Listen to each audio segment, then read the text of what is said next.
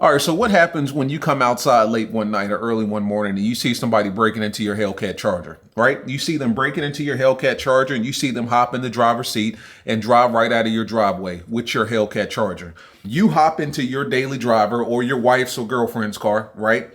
Of course, you're armed with a firearm because why wouldn't you be? It just makes sense, right? You're putting yourself in harm's way. You might as well protect yourself, right? You hop in the daily driver, you chase down that Hellcat Charger, and in the process of doing so, you fire a shot. And that shot hits the driver of your Hellcat Charger, the person that stole your car. And that shot unalives that person. Unfortunately, ladies and gentlemen, that is considered murder, and you are going to jail for that. And unfortunately, that's what happened in Houston, Texas to this young man. Came out one night, Hellcat Charger broken into, stolen. He hops in his wife's car, chases down the car, fires a shot, hits the 17-year-old that stole his car. 17-year-old didn't make it. The passenger hopped out, took off running. And the man whose car was stolen ends up getting charged with murder. Let's talk about it. What's up, guys? It's your boy Knockout 360 here with another video, man. As you can tell, I'm in a house. That makes this a house vlog. Wait a second.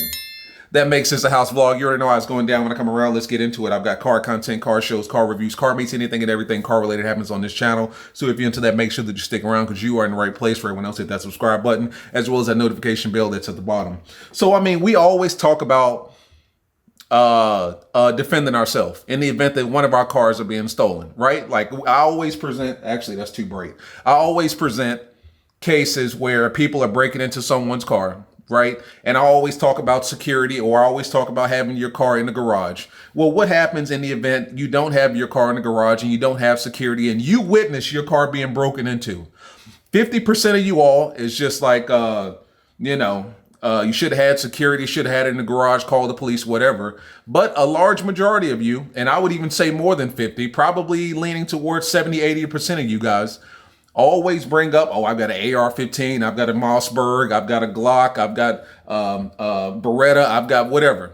You got it all.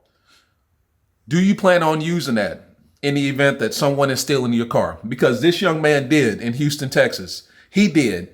And unfortunately, it ended up with him being charged for murder. Let's get into it. I'm going to blur his face out because I'm not putting him out like that. Deshaun Caples is charged with murder after police say he chased down and shot someone who stole his car.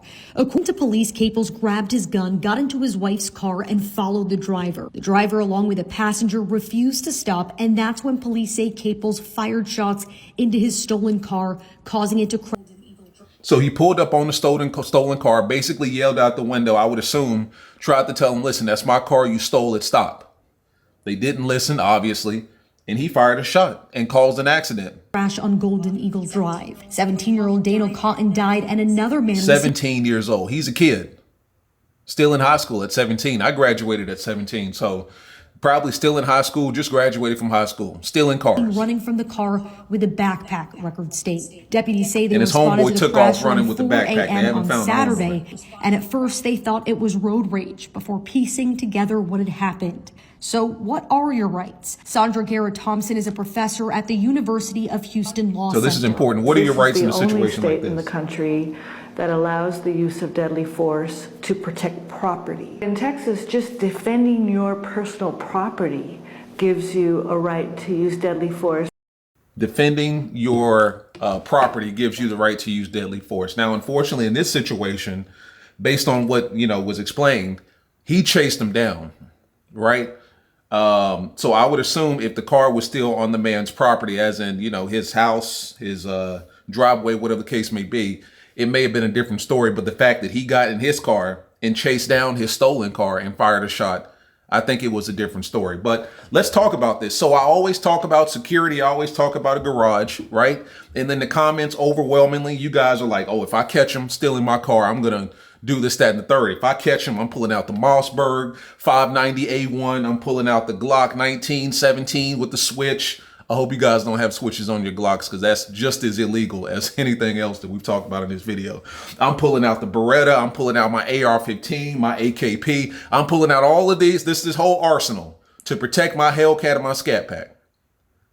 But when that happens, at that point, you are towing the line of what is considered legal and what is considered illegal. You know, in the state of North Carolina, and I want all of my North Carolinians to tap in and check me on this. We have a castle doctrine, right? Which to my understanding allows us to protect our house, our place of residence. So in the event that someone's breaking into our house at that point, and we're in the house, or maybe we're outside the house or whatever the case may be, and we're coming to the house, we have the legal right to use deadly force. You know, we have the right to use a firearm or a weapon of some sort to protect ourselves. You know, when it comes to our car, however, aside from you being inside the car and the person who's trying to steal the car, break in, is posing a threat to you personally, I don't believe, and once again, to all my North Carolinians, check in and check me on this, I don't believe that you can actually use deadly force in that scenario, right? So if you're outside the car and someone's breaking into your car and you got it in your driveway, or you got it parked outside and you're not in the car and they're technically posing no threat to you, at no point can you use deadly force. Now, if you're inside the car, you're sleeping inside the car, your wife kicked you out and you're sleeping in your Hellcat, she found out that you spent $130,000 on a King Daytona, right? And that was supposed to be going to a new house, and you're sleeping in that car now, and someone breaks into it and you're sleeping in it, then at that point you can use deadly force, because at that point your life is in jeopardy, whatever the case may be. But if no one's sleeping in that car, no one's in that car, no one's life is in jeopardy or in danger, you can't use deadly force to protect your automobile.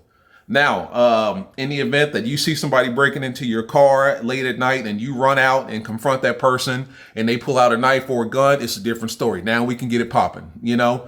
But in this scenario, unfortunately, with this brother and his situation, they stole his Hellcat Charger from his house in the driveway. He hopped in his wife's car, chased the Hellcat Charger down, chased it down, and in the midst of driving, fired the shot, which hit the driver, 17 years old, like I said, a kid, and caused the car crash and ultimately unalived the driver, which was the thief, the person that stole the car, unfortunately. And he's being charged with murder at this point. When I say he, I'm talking about the owner of the car. In that scenario, guys, like the best that you can do once your car has been stolen and you're driving to it, I mean, you might be able to wreck it, you know, run into it, you know, pit it if you can. Mind you, it is a Hellcat. So if you can catch a Hellcat and pit it somehow, good luck. But more than likely, you're just going to have to call the police and say, hey, listen, someone just stole my car. They were last seen on W.T. Harris going towards University City Boulevard. You know, my Hellcat is black Charger with a white stripe and it's stolen. My license plate is X, Y, and Z 1234.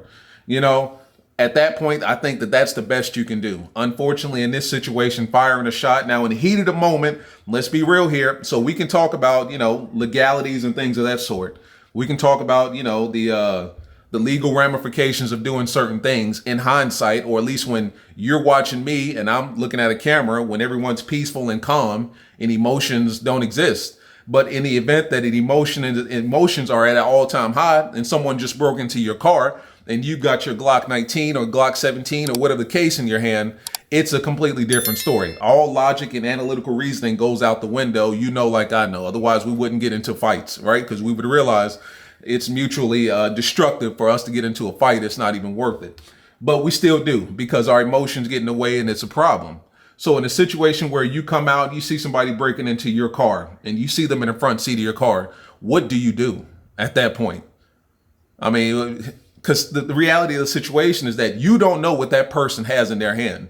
9 times out of 10, if they're stealing your car, they probably have a stolen weapon of some sort. I mean, a knife, gun, AKP, ARP, something. They've got something on them. So you can't be naive and think that you're just going to go up to the car and pull off your crock and hit them upside the head thinking that that's going to work. This is the real world. This is not a movie. 9 times out of 10, they got something on them. So what do you do in that scenario? Right? Now, I mean, you can have your gun, have your weapon, firearm, pointed at them and give them an ultimatum like, hey, listen, you can either comply with what I'm telling you, get out of my car, or whatever happens next, happens next. It's on you, but you're not leaving with my car. In this scenario, are you chasing your car down or are you just calling the police? You know, a lot of people would say, well, you know, at that point, it's an insurance claim. I'm about to get a red eye or a demon or a Trackhawk or T-Rex at that point, right? You can have the scat, you can have my Hellcat. I'm going to get a red eye. I'm going to get a T-Rex. You know, I'm going to take that insurance money and go get what I really wanted. That's always a possibility. But let's be honest here, when your emotions are running high and you going through it and you pissed off and you upset and mad, come on now. A lot of that stuff doesn't make sense, you know?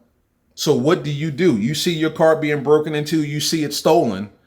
Are you chasing it down? And even after you chase it down, you're not going to catch it. They're not going to hop out. Let's be real here. So are you going to call the police, say, hey, listen, my Charger is on W.T. Harris. It's got a white stripe. It's blacked out. Charger wide body. It's a Hellcat going towards University City Boulevard. Please be on the lookout. It was just stolen from my house. Or what do you do? And this is probably one of the scariest situations that any automobile owner can be put in, specifically us as Mopar owners. I don't ever want to have to make this decision. I don't ever want to come out and see, like, personally, I'd rather my shit just be stolen. Like, I don't even want to be in a situation where I've got to determine whether or not to do something, to take some sort of evasive action. I'm not even going to specifically say, because I know YouTube would demonetize me, but I don't even want to be put in a situation where I have the ability to stop what's going on from going on, because I know me, you know, I know me. And I'm not a violent person by any stretch of the imagination, but it's like, you know, people work hard for their belongings. They work hard for it. You know what I mean? And you guys have seen me. I've gone from a V6 to a Scat to a Cat, and it's been since 2015. It's taken me some time. You know what I mean? So I don't even want to be put in that situation, you know? But a lot of you would love to be in that situation. A lot of you would love to face that head on, you know?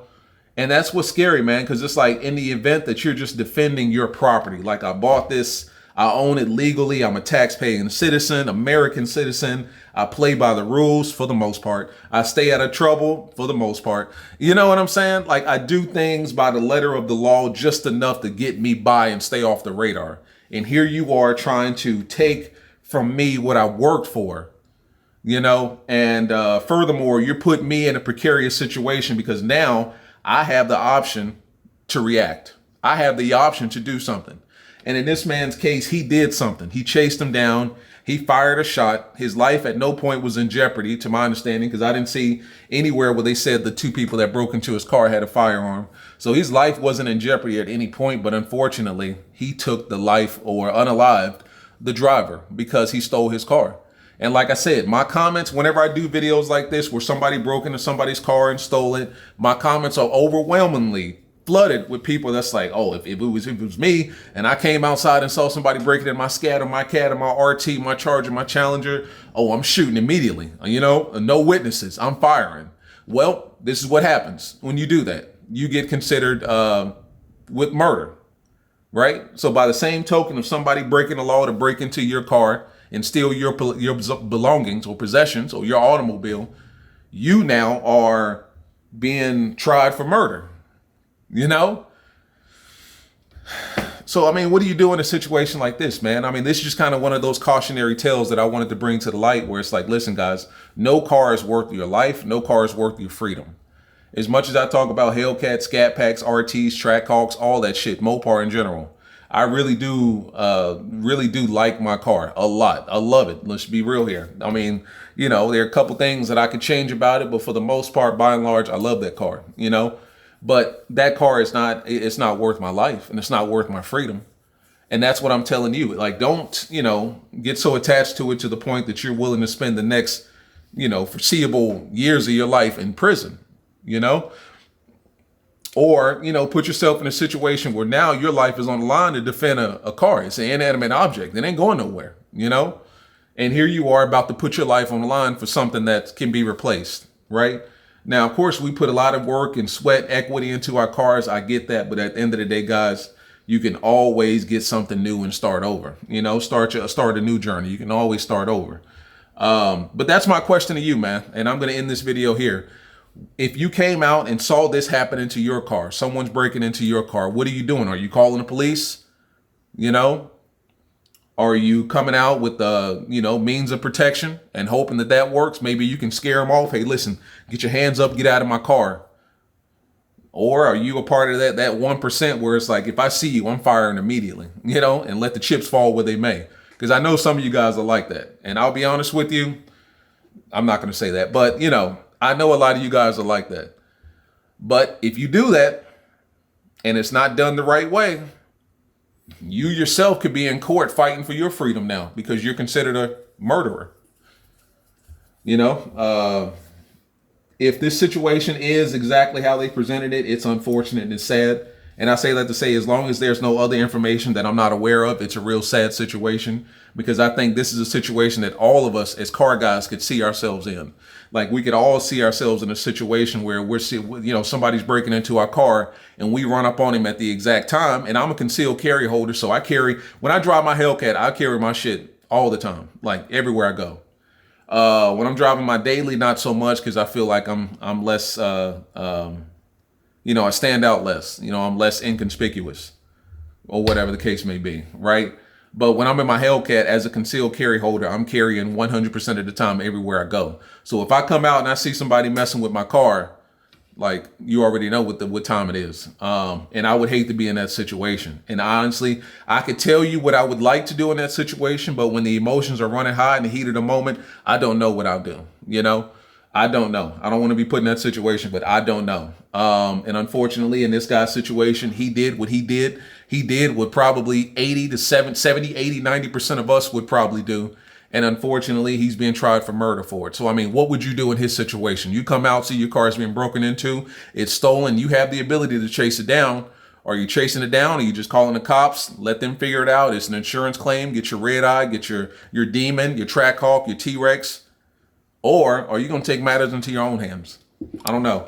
As always, it's been your boy Knockout 360. Talk to me in the comments, man. See you guys in the next one. Peace.